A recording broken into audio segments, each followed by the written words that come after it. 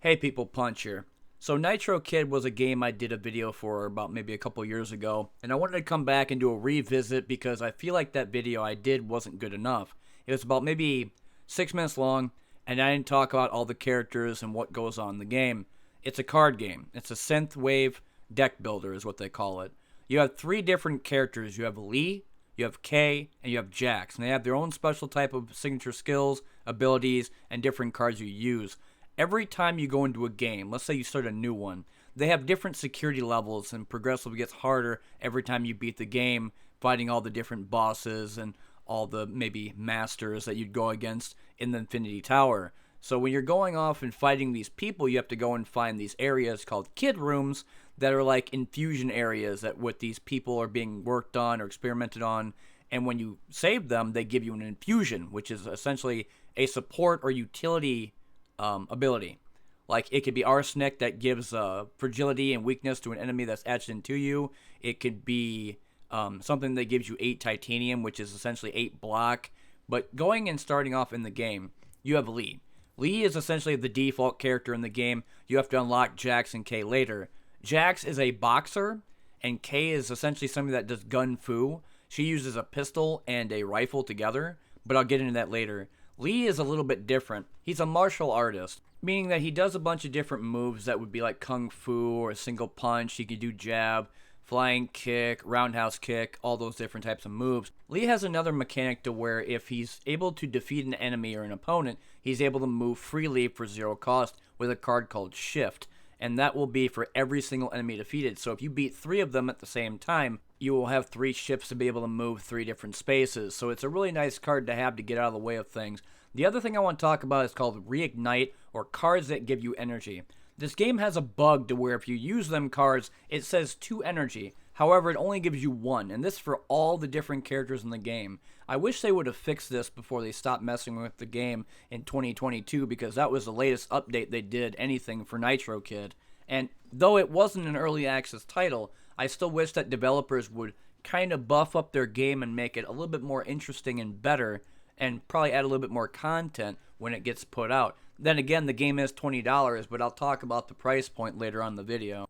But anyway, when it comes down to Lee himself, the main card that I like to use a lot is called Square Up, or Jab. And Jab is a 0 cost card that does 4 damage on anybody that's around you. The thing is with Lee is that he could do the same thing like Jax, to where anything that's adjacent to him he can attack. This is the kid room I was talking about. You have different infusions that you can get. If you already have an infusion, you can get rid of it and replace it for something that has all the charges.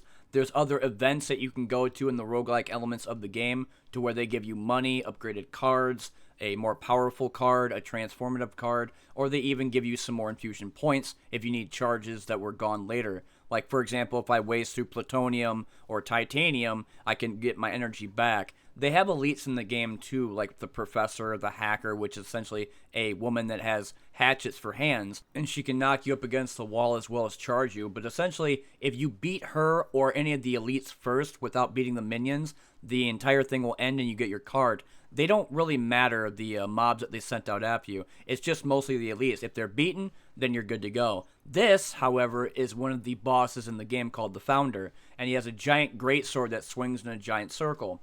Lee, like I said beforehand, he has a lot of mixed martial arts abilities. He has Throat Punch that does Daze, which Daze and Stun are 2 different things. Daze allows the unit to not move or turn if you're moving around them, or Stun does all actions, so it stops them from doing anything. When I said earlier about Square Up, what I meant to say is that Square Up is actually a card that allows me to get 2 jab cards every time I use it. So if I had plus, instead of doing 4 damage, I do 8 damage. And with Lee getting a bunch of jabs up, he could do multiple hits in 1 turn. And if I have enough energy to do it, I could hit something like maybe 6, 7, maybe even 10 times, depending upon how much cards I have, because all the jab cards cost 0 energy or resource to use. On the left-hand side of the screen, you have Lee's portrait on the bottom. Then you have block above that, and the green bar is health. Blue would be the resources, which I think you get about 3 or 4 at default. And when you beat the Founder or any of the bosses, you get a rare card or legendary card. Going into another character, let's talk about Kay before we talk about Jax, the final one. Kay is different. Kay has a completely different feel than Jax and Lee altogether because of her specific signature skill called Gun Fu. She has a pistol and a rifle. The difference between the pistol and rifle is that the pistol allows you to move. Rifle doesn't let you move, you're more stationary, but you do way more damage. She also has another resource, which is bullets instead of the energy. You need bullets and energy in order to use the cards, which they give you a free card called Tactical Reload. So every turn you're done using the ammunition and the energy itself, you reload and then you're able to go next turn with 8 bullets. They have other cards too, like Opening Shot, tumbling left or right, focus fire, and they do different things, like they'll do multiple shots in a single go. Other times it'll push something back. Then stun grenade or flashbang will stun everything in like a cone or kind of like a plus sign area. And there's different other ones for K. Then you can get the other patches in the game that allow you to get like Zealot, that gives you weakness and fragility, but you could lose, I think, 3 every turn or every time somebody's defeated. There's another patch for Lee called Be Water, to where it gives them 2 jab cards to start the turn. But the patches are on the top left side of the screen. You also have the amount of enemies you have to defeat, as well as the turn order, and the security level, which is security level 0 at default. Underneath that is the 2 infusion cards you get. Then you have, of course, the portrait, the health, ammo, and energy. On the right hand of that is like the gun that they're using, like rifle, pistol, the magazine, the deck. Then you have the hand on the bottom. On the right hand side is where all the enemies are. If you hover above the boxes, you could actually see what they're about to do to you. For example, they could either weaken you, they could smash you against a wall, they could shoot you with a flamethrower and do fire damage. There's many different things that they could possibly do to you, or even block themselves up and help out their teammates next to them. I want to talk a bit more when it comes down to the patches. For example, I forgot that Kay, Jax, and Lee have their own special ones. For Kay, for example, she has Saturation Fire. When you enter a fight, mag size is increased. Personal Bubble. When you enter a fight, gain 1 shield and push adjacent enemies and props. And then Tech Expert. When you enter a fight, upgrade 1 random card in your hand until the end of the fight, which is pretty nice to have. And then you have the random patches that you can get from doing the roguelike elements inside the game. Jax has his own, but again, we're going to talk about him here in a minute, because he has also another kind of signature skill, as well as his own way of fighting. But this is K. And like I said, Gun Fu is nice, but if you do not have pistol, you can't move and you're kind of screwed. So you better hope to have a lot of attack cards to be able to shoot with a rifle. This is Jax. He's a boxer.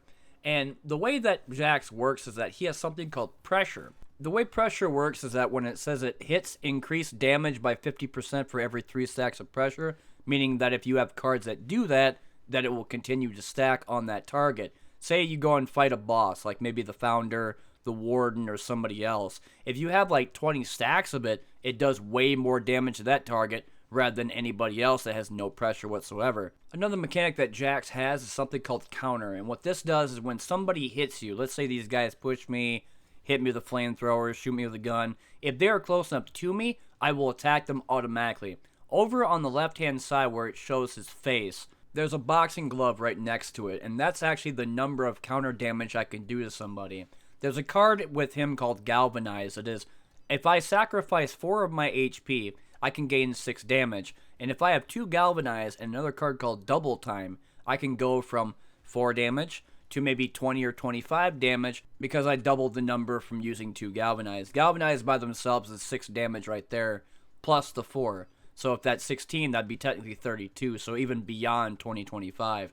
But still, if I'm able to get that, then any enemy that's near me will be one shot because it'll be 1 punch to the face and that'll be done deal. He has other cards as well called Clobber, to where he slams the ground and knocks everybody around him. You have 1-2 punch, which does combo.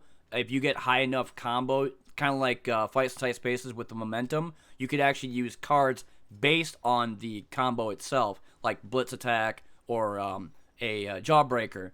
And then you can do actual cards like that without wasting any attribute or AP points. Since we're getting close to the end of the video, let's go ahead and talk about what I think about Nitro Kid and if it's worth the $20 as they say it is. My personal opinion is this. I have about 62 hours as of recording of this video. I bought the game a long time ago, and I did spend the $20 for it. I think Nitro Kid is a fun game to play. It does have replayability. It does have a bunch of different cards to choose from. You have higher progression levels with security, and then being able to fight higher enemy units, higher damage units, higher health units. You have the different characters like Jax, Kay, and Lee, which normal games or other games I've played are like one character that is like a repeat of the same song over and over and over. With Nitro Kid, made by I think Ludowwick, I think it is Ludofwic. He did a lot of the soundtracks that you see here, and I do still listen to the original soundtrack on YouTube that people can check out. But if I had to name one of the songs I listen to the most, it's called Godspeed, which is essentially the main menu music for Nitro Kid. And that being said, again, talking about the price point for $20, is the game worth it? And I would say it's a little bit pricey for $20. It was $15, it'd be the sweet spot and definitely something people should check out. But though it's about $5 more, it is a great card game. Granted, I had a couple of problems with the game when I first bought it and even now, because they haven't really done a whole lot of updates to it. I think the latest was somewhere in like August of 2022. But if people want to check it out, it's $19.99 on Steam. That's full asking price. I don't think I've seen it on sale, but you can check maybe Kingwin or something else that might be a little bit cheaper. And personally, I think it's definitely something people should check out anyway. Like I said beforehand at the start of the video, this was a remake or revisit in the year 2025 because I haven't touched the game in forever. I wanted to go back and play it about a couple weeks ago, put a couple more hours into it, and wanted to do a video because the other video I made was only like 6 minutes, and I didn't even talk that much in depth about Nitro Kid. And I did tell people on YouTube that I wanted to talk about games a little bit more than usual, so it's not going to be like 10 minutes or 12, it might be a little bit more than that, like 13 or 15. Still, for a card game, it's really fun to go back to and play every once in a while. I mean, I do the same thing for Fights in Tight Spaces, and I have about 300 and some odd hours in that game. I did play Gordian Quest, and I've been going back and playing Cross Blitz and Chrono Arc, which I'm kind of getting into more right now. The other thing I want to talk about is I did not do a Draft of Darkness video.